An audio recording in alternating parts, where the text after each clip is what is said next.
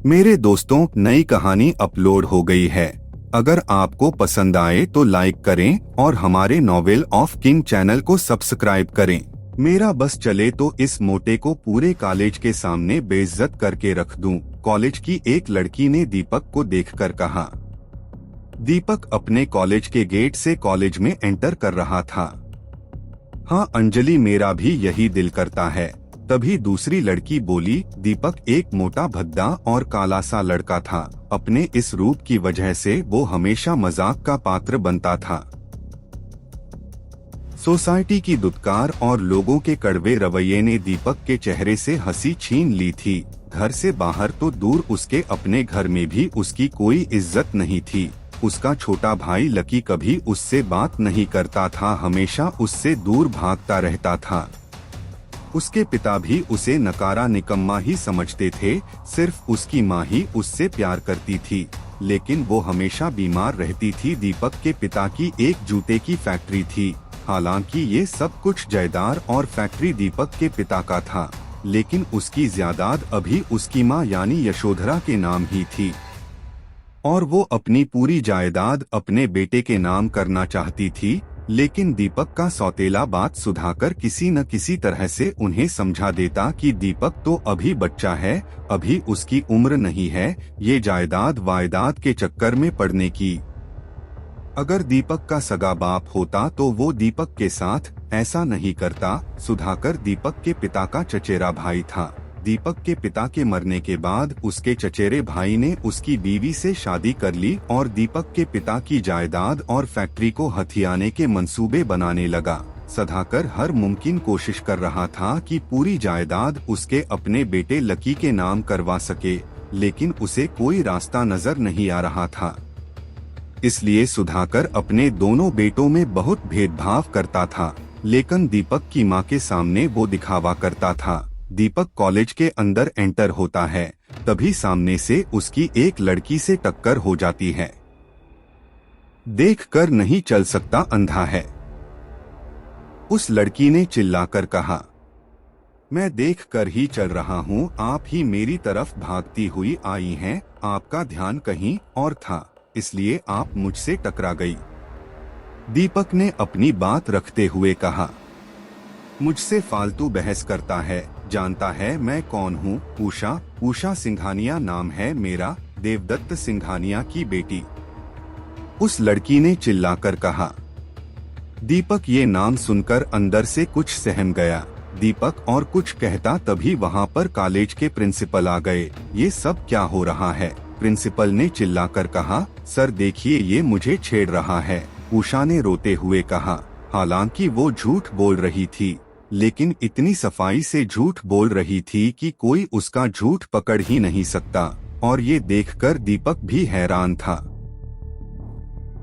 नहीं सर, ये झूठ बोल रही है, मैंने इसको नहीं छेड़ा, बल्कि ये खुद आकर मुझसे टकराई है, दीपक ने घबराकर कहा, क्योंकि वो जानता था कि हमारी सोसाइटी लड़कियों की ही सुनती है, भले ही लड़का बेकसूर हो। आप चाहे तो मेरे दोस्तों से पूछ सकते हैं, उषा रोते हुए बोली। हाँ सर, इसने ही उषा को छेड़ा है। हाँ सर, इसी ने छेड़ा है।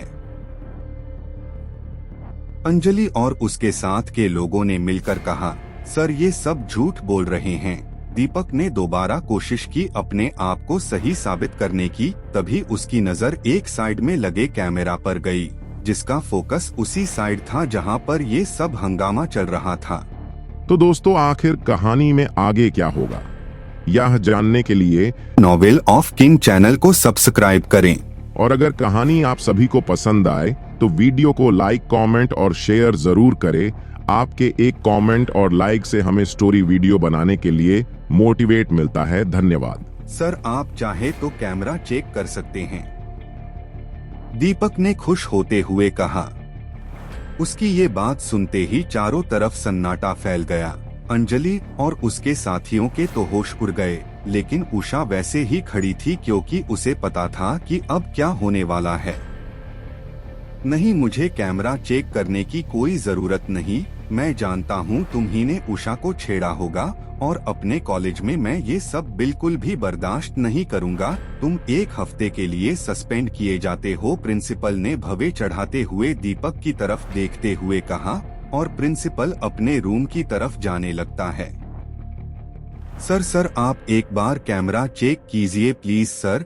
लेकिन प्रिंसिपल उसकी एक नहीं सुनता और अपने रूम में चला जाता है। दीपक गुहारे लगाने लगता है। दरअसल वो प्रिंसिपल देवदत्त सिंघानिया की वजह से अक्सर उषा की बहुत सी गलतियों का पिटारा दूसरों पर फोड़ता आया था और वो ये भी जानता था कि दीपक बेकसूर है, लेकिन वो प्रिंसिपल डरा हुआ था क्योंकि वो पूरा कॉलेज देवदत्त सिंघानिया का था और प्रिंसिपल अगर उसकी बेटी के खिलाफ कोई एक्शन लेता तो उसकी और उसके परिवार की जान को खतरा हो सकता था। सारे लोग दीपक का मजाक उड़ाते हुए कहते हैं, अब 1 हफ्ते तक इस मनहूस की सूरत भी नहीं देखनी पड़ेगी। दीपक बहुत परेशान होता है और कॉलेज से बाहर निकल जाता है। रास्ते में वो अपनी फूटी किस्मत के बारे में सोचता हुआ जा रहा था, तभी एक पागल आके उससे लिपट जाता है। वो तुम ही हो हमारे कबीले के अगले उत्तराधिकारी। वो पागल दीपक को बुरी तरह से लिपट गया। छोड़ मुझे छोड़, दीपक ने उस पागल को खुद से दूर करते हुए कहा और उस पागल को धक्का दे दिया। वो पागल जमीन पर गिर गया और अचानक से खड़ा हुआ और वहां से भाग गया। दीपक उसे देखता ही रह गया। दीपक अपने कपड़े ठीक करने लगा, तभी उसकी शर्ट में उसे कुछ दिखा जो किसी गोल लॉकेट जैसा था। दीपक उस लॉकेट को बहुत गौर से देखने लगा। उस पर किसी प्राचीन लिपि में कुछ लिखा था। उसे लगा कि ये उसके किसी काम का नहीं है। दीपक उस लॉकेट को फेंकने ही वाला था, तभी उसका फोन बजता है। वो फोन उठाता है और बात करता है। दूसरी तरफ से उसे खबर मिलती है कि उसकी माँ का देहांत हो गया। ये सुनकर दीपक के पैरों के नीचे से जमीन निकल गई। वो भागा अपने घर पहुंचा। घर पर उसकी माँ की अर्थी तैयार की जा रही थी। उसके बाद उसकी माँ के शव को श्मशान में ले जाकर चिता के हवाले कर दिया गया। दीपक की माँ को मरे हुए ज्यादा वक्त नहीं हुआ था कि उसके पिता ने उसे घर से बाहर निकाल दिया। निकल मेरे घर से, दीपक के सौतेले बाप ने उसका सामान घर से बाहर फेंकते हुए कहा और दीपक का गिरेबान पकड़कर उसे धक्के मारकर घर से बाहर निकाल दिया। आप मुझे मेरे ही घर से बाहर क्यों निकाल रहे हैं? मैं भी तो आपका ही बेटा हूँ और माँ को मरे हुए अभी दिन ही कितने हुए हैं। बेटा और तू तो उस जगत का गंदा खून है, सुधाकर। और कुछ बोलता तभी दीपक ने चिल्लाकर कहा, खबरदार जो मेरे बाप के बारे में एक लफ्ज भी बोला तो तुम्हारी जबान खींच लूंगा। दीपक अपने पिता जगत से बहुत प्यार करता था। कोई दीपक को कुछ भी कहे, लेकिन उसके पिता के खिलाफ वो एक लफ्ज भी नहीं सुन सकता था। इतने में सुधाकर का बेटा वहां आया और एक जोरदार थप्पड़ दीपक के मुंह पर जड़ दिया। दीपक का पूरा मुंह झंझना गया। दीपक अपने आप को संभाल पाता एक मुक्का उसके पेट में आकर लगा। साले कमीने, तेरी हिम्मत कैसे हुई मेरे पिताजी से ऊंची आवाज में बात की। सुधाकर का बेटा दीपक को पीटता ही जा रहा था और दीपक बुरी तरह से मार खा रहा था। दीपक की आंखों में आंसू भी आ रहे थे कि जिसको वो अपना बाप मानता था और जिसको वो अपना भाई मानता था, और वो दोनों ही उसकी जान के दुश्मन बन गए। इतने में वहां पर भीड़ इकट्ठा हो गई। क्यों भाई, क्यों मार रहा है आपका लड़का इस बेचारे को? पड़ोस के एक अंकल ने सुधाकर से सवाल पूछते हुए कहा। ये कमीना मेरे पापा से बदतमीजी से बात कर रहा था। सुधाकर का बेटा दांत पीसते हुए बोला। तो मेरे पापा ने इसे घर से निकल जाने की धमकी दी, हालांकि वो इसे घर से बाहर निकालते नहीं, लेकिन ये कमीना तो मेरे पापा का नमकहराम उनके एहसान भूल गया। सुधाकर का बेटा बोला। हालांकि वो झूठ बोल रहा था, लेकिन उसके पापा के कुछ गुर्गे उस भीड़ में मौजूद थे और वो भी सुधाकर की तरफ से बोले, ये सब झूठ बोल रहे हैं, बल्कि ये सब मुझे मेरी ही जायदाद से बेदखल कर देना चाहते हैं, लेकिन मैं ऐसा होने नहीं दूंगा। मेरे माँ बाप ने ये जायदाद मेरे नाम कर दी होगी। तभी सुधाकर हंसते हुए बोला, कौन सी जायदाद? मरने से पहले ये पूरी जायदाद तेरी माँ मेरे बेटे के नाम कर गई है और वसीयत में ये लिखवा कर गई है कि इस जायदाद में से मेरे बेटे को एक फूंटी कौड़ी भी न दी जाए और उसे जायदाद से बेदखल कर दिया जाए। ये सुनकर तो दीपक के पैरों तले जमीन खिसक गई। नहीं, ये नहीं हो सकता, मेरी माँ मेरे साथ ऐसा नहीं कर सकती, दीपक बिल्कुल रोता हुआ बोला। इतने में सुधाकर अपने घर में गया और प्रॉपर्टी के पेपर्स लाके सबको दिखाने लगा। मोहल्ले की उस भीड़ में एक वकील भी था, उसने सुधाकर से कागजात लिए और चेक करने लगा। सुधाकर जी बिल्कुल सही बोल रहे हैं, इन्होंने जो बताया वो सब कुछ इसमें लिखा है। सुधाकर ने उस आदमी से पेपर्स लेते हुए दीपक से कहा, अब निकल जा मेरे घर से और आज के बाद इस घर के आसपास भी नजर मत आना। तो दोस्तों, आखिर कहानी में आगे क्या होगा, यह जानने के लिए नॉवेल ऑफ किंग चैनल को सब्सक्राइब करें। और अगर कहानी आप सभी को पसंद आए तो वीडियो को लाइक, कमेंट और शेयर जरूर करें। आपके एक कमेंट और लाइक से हमें स्टोरी वीडियो बनाने के लिए मोटिवेट मिलता है। धन्यवाद। दीपक बहुत दुखी मन से वहाँ से चल देता है। आज उससे उसका सब कुछ छीन लिया गया था। उसकी माँ उसे हमेशा के लिए छोड़कर चली गई, उसे उसके ही घर से निकाल दिया गया। इस दुनिया में उसका अब कोई नहीं है। अब वो इस दुनिया में रहकर क्या करेगा? उसे मर जाना चाहिए। यही सब सोचते हुए दीपक ब्रिज पर आ गया और ब्रिज पर खड़ा हो गया। माँ, मैं तेरे पास आ रहा हूँ। इन दिखावे और धोखे की दुनिया को छोड़कर दीपक आसमान की तरफ देखकर चिल्लाते हुए बोला। और को कूदने ही वाला था, तभी उसको ध्यान आया वो लॉकेट जो अभी भी उसके पास था। दीपक ने उस लॉकेट को अपनी जेब से बाहर निकाला और दीपक उस लॉकेट को गौर से देखने लगा। तभी अचानक न जाने क्या हुआ, दीपक के उसी हाथ में उस लॉकेट से कट लग गया, जिससे खून बहने लगा और उसका खून उस लॉकेट पर जैसे ही लगा वो लॉकेट चमकने लगा। तभी अचानक से वो लॉकेट दीपक के हाथ से छूटकर पानी में गिर गया, कर उस पानी में एक भंवर बन गया। ये क्या हो रहा है? दीपक उस भंवर की तरफ खींचा चला जा रहा था। हालांकि वो मरने आया था, लेकिन इस तरह के हादसे लोगों को हैरान कर देते हैं।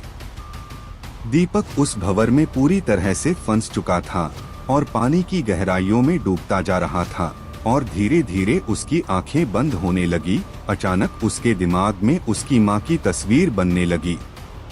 माँ, मैं आ रहा हूँ तेरे पास। दीपक की आंखें बंद हो गई और सब कुछ ब्लैंक हो गया। जब उसकी आंख खुली तो उसने खुद को एक स्वर्ण महल जैसी किसी जगह पर पाया। ये एक कमरा था जिसकी दीवारें सोने की थी और इसकी खूबसूरती को सजाने के लिए हीरे और जवाहरात का इस्तेमाल किया गया था। ये कौन सी जगह है? क्या मैं मर गया? क्या मैं स्वर्ग में हूँ? दीपक अपने ख्यालों में डूबा हुआ था। तभी वहाँ पर एक नौकर आया। ये नौरक इस तरह के कपड़े पहने हुआ था जैसे कहीं का राजा हो। हुकुम जिंदाबाद। उस नौकर ने दीपक की तरफ देखते हुए कहा, अभी आप आराम कर लीजिए, रात में महल के राज भवन में आपका राज्याभिषेक होगा। ये कहकर और सर झुकाकर वो नौकर चला गया। राज्याभिषेक? ये सब क्या हो रहा है और मैं कहाँ हूँ? दीपक अपने बिस्तर से उठकर बाहर की तरफ भागा और जैसे ही वो कमरे से बाहर निकलता, किसी ने कमरे का दरवाजा बाहर से लॉक कर दिया। दरवाजा खोलो, कोई है, दरवाजा खोलो, तुम सब कौन हो और मैं कहाँ हूँ? एकाएक दीपक को वो पानी के भंवर की घटना याद आ गई। वो कमरे में इधर से उधर जाता लेकिन कोई फायदा नहीं, कोई दरवाजा नहीं खोलता। तभी अचानक दीपक की नजर एक आईने के सामने पड़ी। उसमें उसने खुद को देखा और देखकर वो हैरान हो गया। एक खूबसूरत जवान चेहरा उसे आईने में नजर आया। चेहरे पर घनी दाढ़ी, सर के बाल किसी हीरो जैसे। दीपक अपने चेहरे को इधर उधर घुमाकर देखने लगा।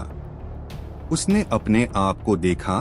वो अब पहले जैसा मोटा भद्दा नहीं था, वो तो अब एक हैंडसम खूबसूरत नौजवान लग रहा था। उसके शरीर की लंबाई भी अब पहले से कुछ ज्यादा हो गई थी। तभी अचानक उसने अपनी कमीज उतार दी और वो देखकर हैरान हो गया। उसका शरीर किसी बॉडी बिल्डर की तरह मांसल हो गया था। चौड़े कंधे, मजबूत भुजाएं, पेट पर 6 पैक एब्स, पूरा शरीर किसी मांसल पहलवान की तरह दिख रहा था। दीपक ने कपड़े पहने और हर चीज के बारे में सोचने लगा। मेरे कुछ समझ में नहीं आ रहा कि ये सब मेरे साथ क्या हो रहा है, और वो नौकर मुझसे हुक्म क्यों कह रहा था, और राज्याभिषेक। यही सब सोचते हुए शाम से रात हो गई और फिर दीपक के कमरे का दरवाजा खुला और एक 30 से 35 साल की महिला कमरे के अंदर दाखिल होती है। उसके पास एक बड़ी सी कपड़ों की ट्राली थी जिसमें तरह तरह के बहुत कीमती कपड़े थे। कोट पैंट, 3 पीस, तरह तरह के कीमती जूते। हुकुम जिंदाबाद। हुकुम, ये कुछ कपड़े हैं, आपके लिए भेजे गए हैं, इन्हें पहनकर राजमहल में आइए, अगले आधे घंटे में आपका राज्याभिषेक होना है। ये कहकर वो महिला वहाँ से चली गई। दीपक को कुछ भी समझ में नहीं आ रहा था कि आखिर ये सब क्या हो रहा है, लेकिन फिर भी उसने मौके की नजाकत को समझते हुए कपड़े पहन लिए, क्योंकि उसके पुराने कपड़े फट चुके थे और पहनने के लिए बस ये कीमती कपड़े थे। दीपक ने वो कपड़े और जूते पहने और जब खुद को आईने में देखा और बाहर की तरफ आ गया, वो बाहर जैसे जैसे चलता जा रहा था, उसकी हैरानी बढ़ती जा रही थी, क्योंकि पूरा महल सोने का बना हुआ था। जाते जाते वो सोच रहा था कि इन लोगों के पास कितना पैसा है जो इन लोगों ने दुनिया का तमाम सोने से अपना महल बना रखा है। बहरहाल जाते जाते उसे एक नौकर मिला। हुकुम जिंदाबाद। हुकुम, राजभवन में आपका इंतजार हो रहा है। वो नौकर झुककर बोला। चलो मुझे राजभवन लेकर चलो, दीपक ने उस नौकर से कहा। दीपक उस नौकर के साथ राजभवन की तरफ चल दिया। दीपक जैसे ही राजभवन के अंदर पहुंचा, उसने देखा कि राजभवन किसी क्रिकेट के बड़े स्टेडियम जैसा था। उसमें चारों तरफ लोग बैठे हुए थे और स्टेडियम के सबसे पहली लाइन में राज्यसभा के मेंबर बैठे थे और एक बड़ी सी कुर्सी थी जिस पर एक 80 साल का बूढ़ा बैठा हुआ था। इसके चेहरे पर तेज नजर आ रहा था और उसे कोई देखकर कोई कह ही नहीं सकता कि ये बूढ़ा है, और उसके गले में एक वैसा ही लॉकेट पड़ा था जो दीपक को उस पागल से मिला था। दीपक ने राज्यसभा के मेंबर्स को गौर से देखा तो उन सभी के गालों में वैसे ही लॉकेट पड़े थे जो उस बूढ़े के गले में था और जैसा दीपक को मिला था। दीपक ये देखकर सोचने लगा, वो न हो मेरे अंदर जो बदलाव आए हैं वो इस लॉकेट की वजह से ही हैं, और ये सारे लोग जिनके पास ये लॉकेट है वो भी शायद मेरी तरह ही थे। ये सब लॉकेट का ही कमाल है। तभी उन मेंबर्स में से एक आदमी उठा और चिल्लाकर बोला, तो तुम हो जो इस राजभवन में मुझसे मुकाबला करेगा। दीपक ये सुनकर सहम गया, क्योंकि वो आदमी 7 फीट से ज्यादा लंबा था और उसकी रौबदार आवाज थी। जब वो चल रहा था तो धरती पर उसके कदम पड़ने की आवाज आ रही थी। देखने में वो किसी देव से कम नहीं था। चारों तरफ लोग शोर मचाने लगे और बातें करने लगे कि अब तो इस बच्चे का क्या हाल होगा। पिछली बार जो इससे मुकाबला करने आया था तो इसने उसके शरीर के चीथड़े उड़ा दिए थे। तो दोस्तों, आखिर कहानी में आगे क्या होगा, यह जानने के लिए नॉवेल ऑफ किंग चैनल को सब्सक्राइब करें। और अगर कहानी आप सभी को पसंद आए तो वीडियो को लाइक, कमेंट और शेयर जरूर करें। आपके एक कमेंट और लाइक से हमें स्टोरी वीडियो बनाने के लिए मोटिवेट मिलता है। धन्यवाद। चारों तरफ भीड़ का शोर मचा पड़ा था। तभी सबसे बड़ी कुर्सी पर बैठे उस बूढ़े शख्स ने अपनी जगह से खड़ा होकर कहा, ये मुकाबला साबित कर देगा कि ये लड़का जिसको इक्का ने चुना है क्या इसके काबिल है। उस बूढ़े की आवाज बहुत ही दमदार थी, एक अलग ही रौब था उसकी आवाज में। उसे बोलने के लिए माइक की जरूरत नहीं थी। उस बूढ़े की ये बात सुनकर दीपक ये सोचने लगा कि ये इक्का कौन है। अचानक वही बूढ़ा दीपक की तरफ देखकर बोला, अगर ये लड़का जीतता है तो इसे हमारे कबीले का नया उत्तराधिकारी चुना जाएगा, और अगर ये हारता है तो इसको मौत की सजा दी जाएगी। दीपक ये सुनकर सहम गया। मौत की सजा क्या मजाक है, पहले पहले तो मुझे ये नहीं पता कि मैं इस जगह पर आया कैसे, और फिर मुझे जबरदस्ती इस दानव से लड़वाया जा रहा है। इससे लड़ने पर मैं मर ही जाऊंगा। तभी दोनों खिलाड़ियों को बिल्कुल बीच में खड़ा किया गया। मुकाबले को शुरू किया जाए। वो बूढ़ा आदमी चिल्लाकर बोला, तेरे शरीर के मैं हजारों टुकड़े कर दूंगा। दिलावर चिल्लाकर बोला। दिलावर उसी दैत्य का नाम था जो दीपक के मुकाबले में खड़ा था, लेकिन दीपक ने उसका कोई जवाब नहीं दिया। दिलावर भागते हुए दीपक की तरफ आया। उसकी रफ्तार बहुत तेज थी। उसने दीपक के पेट में एक जोरदार मुक्का मारा। दीपक उछलते हुए 20 मीटर दूर जाके गिरा और गिरते ही खड़ा हो गया। वहां बैठे सब लोगों ने हैरानी से दीपक को देखा और सब सोचने लगे कि दिलावर का मुक्का बहुत जोरदार था, लेकिन दीपक को एक खरोंच तक न आई। दिलावर भी हैरान था और सबसे ज्यादा हैरान था जहां उसे एक मामूली सी ठोकर लगने से ही तारे नजर आ जाते थे, वही इस दानव का इतना जोरदार मुक्के से उसका कुछ भी नहीं हुआ। तभी दिलावर फिर भागते हुए आया और एक जोरदार थप्पड़ दीपक के मुंह पर मारा। थप्पड़ पड़ते ही दीपक को वो दिन याद आ गया जिस दिन उसके सौतेले बाप ने उसे घर से निकाला था और उसके सौतेले छोटे भाई ने उसके मुंह पर थप्पड़ मारा था। ये सोचते ही दीपक को गुस्सा आने लगा और गुस्से में उसकी आंखें लाल हो गई। और जैसे ही दिलावर ने एक और मुक्का दीपक के मुंह पर मारा, दीपके ने उसका हाथ पकड़ लिया और एक जोरदार मुक्का दिलावर के पेट में मारा। दिलावर हवा में उड़ता हुआ 30 मीटर तक का गया और जमीन में गिरते ही उसके मुंह से खून निकलने लगा और वो बेहोश हो गया। दीपक इस बार और ज्यादा हैरान हुआ कि उसमें इतनी ज्यादा ताकत कैसे आई। तभी पूरे राजभवन में शोर उठने लगा और चारों तरफ नगाड़े बजने लगे। तो फिर चयन हो चुका है, आज से ये हमारे नए महाराज हैं, यही हैं हमारे महाबली हुकुम। ये सुनकर और ज्यादा शोर होने लगा। हुकुम जिंदाबाद की आवाजें आने लगी। दीपक के लिए एक बड़ी सी कुर्सी सजाई गई जो देखने में सबसे ज्यादा खूबसूरत थी। ये सोने की बनी हुई थी और इसमें हीरे मोती जवाहरात लगे हुए थे। दीपक को उस कुर्सी ओर विराजमान किया गया और एक नौकर वक्त ट्रॉली लेकर आया। ट्रॉली के ऊपर एक काले रंग का कपड़ा ढका हुआ था और उस कपड़े के पीछे कुछ तो कीमती था जिसे दीपक बहुत ही गौर से देख रहा था। उस ट्रॉली पर से कपड़ा हटाया गया तो दीपक ये देखकर बहुत हैरान हुआ। ये वही लॉकेट था जिसकी वजह से वो यहाँ पर आया। दीपक के सम्मान में वो लॉकेट दीपक को पहनाया गया और उसका राज्याभिषेक पूर्ण हुआ। अपने कमरे में बैठा दीपक हर एक चीज के बारे में तरतीब से सोच रहा था। तभी उसके कमरे में किसी की दस्तक हुई। हुकुम जिंदाबाद, क्या मैं अंदर आ सकता हूँ? दरवाजे के पीछे से आवाज आई। आ जाइए, दीपक ने जवाब दिया। कमरे के अंदर वही बूढ़ा शख्स दाखिल हुआ। हुकुम जिंदाबाद, हुकुम आपने मुझे याद किया। दरअसल कमरे में दाखिल होने से पहले दीपक ने किसी से उस बूढ़े शख्स को अपने पास बुलाने को कह दिया था। मेरे लिए क्या आज्ञा है हुकुम? उस बूढ़े से सम्मान से नजर झुकाते हुए कहा। अब आप मुझे मेरे कुछ सवालों के जवाब दीजिए और बाकी की बातें उसके बाद करेंगे। आप कौन हैं और आपका नाम क्या है? दीपक का पहला सवाल था। उस बूढ़े ने एक लंबी सांस ली और बताना शुरू किया, मेरा नाम शिवराज है और मैं इस कबीले का पिछले 50 साल से वफादार हूँ। शिवराज ने जवाब दिया। ये जगह कौन सी है? दीपक का दूसरा सवाल था।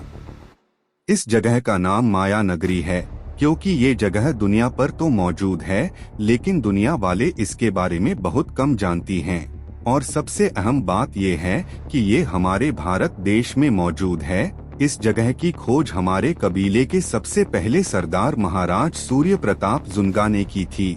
उन्होंने अपने नाम पर ही हमारे इस कबीले का नाम रखा था, जुनगा कबीला। शिवराज का जवाब था। मैं यहाँ कैसे आया? दीपक का तीसरा सवाल था। आपकी यहाँ आने की वजह है वो लॉकेट, उसने ही आपको चुना है। ऐसा कहा जाता है कि कोई अपनी मर्जी से इस लॉकेट को धारण नहीं कर सकता, ये लॉकेट ही अपने पहनने वाले को चुनता है। जब ये लॉकेट अपने धारक को चुन लेता है तो उस धारक को उसकी असली जगह यानी इस कबीले तक पहुंचाने की जिम्मेदारी इसकी है। शिवराज का जवाब था, वो जो लोग कुर्सियों पर बैठे थे वो कौन थे? वो जो आपने मेरे आसपास लोग देखे थे कुर्सियों पर बैठे हुए, वो सब राज्यसभा के मेंबर्स हैं और उनके अंडर हमारे देश के अलग अलग हिस्सों की अर्थव्यवस्था आती है। शिवराज ने जवाब दिया। ये लॉकेट क्या है? दीपक ने पूछा। ये एक जादुई लॉकेट है, इसे हमारे कबीले के पहले महाराज सूर्य प्रताप जुंगा ने बनाया था। उन्हीं ने इस लॉकेट में अपनी सारी शक्तियां डाल दी थी। वो जो आपने राज्यसभा मेंबर्स के गलों में आपने लॉकेट देखे वो सब इसी लॉकेट की शक्तियों से बने हैं, लेकिन ये जो लॉकेट है वो सबसे ज्यादा ताकतवर है। तुम लोगों ने मेरा मुकाबला क्यों करवाया? दीपक ने फिर सवाल किया। हुकुम, ये देखने के लिए कि कहीं कोई बहरूपिया तो नहीं आया है हमारे कबीले में, क्योंकि ये लॉकेट जिसको चुनता है वो इस दुनिया का सबसे शक्तिशाली महाबली बन जाता है, उसका कोई मुकाबला नहीं कर सकता। क्या दीपक इतने बड़े कबीले को संभाल पाएगा? क्या उसकी शक्ति हमेशा बरकरार रहेगी? तो दोस्तों, आखिर कहानी में आगे क्या होगा, यह जानने के लिए नॉवेल ऑफ किंग चैनल को सब्सक्राइब करें। और अगर कहानी आप सभी को पसंद आए तो वीडियो को लाइक, कमेंट और शेयर जरूर करें। आपके एक कमेंट और लाइक से हमें स्टोरी वीडियो बनाने के लिए मोटिवेट मिलता है। धन्यवाद। ये इक्का क्या है? दीपक ने शिवराज से आखिरी सवाल किया। हुकुम, इक्का उसी लॉकेट का नाम है जिसने आपको चुना है। 3000 साल पहले हमारे पहले महाराज सूर्य प्रताप जुंगा ने जब इस कबीले की खोज की थी तब उन्होंने अपने लोगों को इस कबीले में शामिल करना शुरू किया। उस वक्त नए महाराज को लेकर बहुत सारी लड़ाइयाँ हुई, लेकिन उन लड़ाइयों का कोई समाधान नहीं निकलता था। एक महाराज बनने के लिए हजारों जानें चली गई, तब जाके पहले महाराज ने इस लॉकेट का निर्माण किया और इसमें अपनी सारी शक्तियाँ डाल दी और इस लॉकेट का नाम रखा इक्का। इस लॉकेट की शक्तियाँ इतनी ज्यादा थी कि अगर ये किसी आम इंसान को चुनता तो उसकी शक्तियाँ हजारों गुना बढ़ जाती। जैसे आज की लड़ाई में आप भी बहुत हैरान हुए होंगे। तभी दीपक कुछ सोचने लगा और उसने शिवराज को जाने की इजाजत दी। अब आप जाइए। तभी शिवराज जाने लगा। तभी अचानक दीपक ने उसे दोबारा आवाज दी और शिवराज मुड़कर वापस आया। कहिए हुकुम, मेरे लिए क्या आज्ञा है? मैं कभी अपनी दुनिया में वापस जा पाऊंगा? दीपक ने सवाल किया। हाँ, आप जा सकते हैं, लेकिन अभी नहीं। कब? दीपक ने फिर से पूछा। 2 साल बाद। 2 साल बाद? 2 सालों तक मैं क्या करूंगा? दीपक ने हैरान होते हुए पूछा। आपकी ट्रेनिंग होगी 2 सालों तक, क्योंकि इक्के की ताकत को पूर्ण रूप से धारण करने के लिए आपके शरीर को मजबूत होना होगा। शिवराज बोला। मैं इतना तो मजबूत हूँ, देखा नहीं कि मैंने कैसे उस दानव को हराया? दीपक चहकते हुए बोला। वो इक्के की शक्ति का सिर्फ 1% था और पूर्ण रूप से 100% हासिल करने के लिए आपकी कड़ी ट्रेनिंग होगी। ये ट्रेनिंग कब से शुरू होगी? दीपक पूछने लगा। कल सुबह 5 बजे से। शिवराज का जवाब। मैं कल सुबह आपका इंतजार करूंगा। हमारे ट्रेनिंग सेंटर में आपकी ट्रेनिंग की शुरुआत होगी। अब मैं चलता हूं। अगले दिन सुबह 5 बजे ट्रेनिंग रूम के अंदर दीपक ट्रेनिंग सेंटर में एंटर करता है। वहां पर चारों तरफ तरह तरह के हथियार थे। कुछ पहलवान आपस में भिड़े हुए थे। दीपक ने एक अखाड़े में देखा वही कल वाला दैत्य कुछ पहलवानों के साथ अभ्यास कर रहा था। अचानक दीपक को देखकर वो रुक गया। दीपक ने उसे देखकर अपना मुंह दूसरी साइड कर लिया ताकि वो पहलवान अपना अभ्यास न रोके। दीपक आगे बढ़ गया। एक कोने में उसने देखा एक 21 साल की लड़की तलवार से अभ्यास कर रही थी। उसके सामने एक बड़ी सी चट्टान थी। और उसकी तलवार म्यान में थी। 1 सेकंड से भी कम समय में उसने अपने म्यान से तलवार निकालकर उस चट्टान के 2 टुकड़े कर दिए और तलवार को वापस म्यान में रख लिया। दीपक ये देखकर बहुत हैरान हुआ। तभी शिवराज उसके सामने आया। उसने सिर्फ एक धोती पहन रखी थी। उसकी उम्र तो 80 साल थी, लेकिन उसका शरीर जैसे वज्र का बना हुआ, मांसपेशियां फौलाद जैसी मजबूत थी। उसके सामने नए नए पहलवान भी फीके पकड़ रहे थे। हुकुम, आप भी अपने कपड़े बदल लीजिए, शिवराज ने चेंजिंग रूम की तरफ इशारा करते हुए कहा। दीपक चेंजिंग रूम की तरफ चला गया। दीपक अपने कपड़े बदल कर आया। उसने भी सिर्फ धोती पहन रखी थी। उसका शरीर भी किसी बॉडी बिल्डर जैसा था। कुछ वक्त के लिए तो ट्रेनिंग रूम में अभ्यास करने वाले ज्यादातर लोगों की नजर दीपक की बॉडी पर रुक गई, और सबसे ज्यादा हैरानी से दीपक को वो लड़की देखने लगी जो कुछ वक्त पहले तलवार से अभ्यास कर रही थी। आपका अभ्यास शुरू होगा कुश्ती से, जिससे आपके शरीर में बल बढ़ेगा, शिवराज ने कहा। लेकिन मेरे शरीर में तो बहुत बल है। आपने कल तो देखा ही था मैंने कैसे अपने प्रतिद्वंदी को हरा दिया था, दीपक चहकते हुए बोला। शिवराज एक शातिर मुस्कान से हंसने लगा। तो चलिए आपको आजमाते हैं, शिवराज ने गर्व से कहा। दोनों एक दूसरे के सामने खड़े हो गए। दोनों एक दूसरे झपटने के लिए तैयार थे। तभी अचानक से शिवराज दीपक के सामने आया। शिवराज ने दीपक की कमर के साथ उसके दोनों हाथों को इस तरह पकड़ा कि दीपक बिल्कुल लाचार हो गया।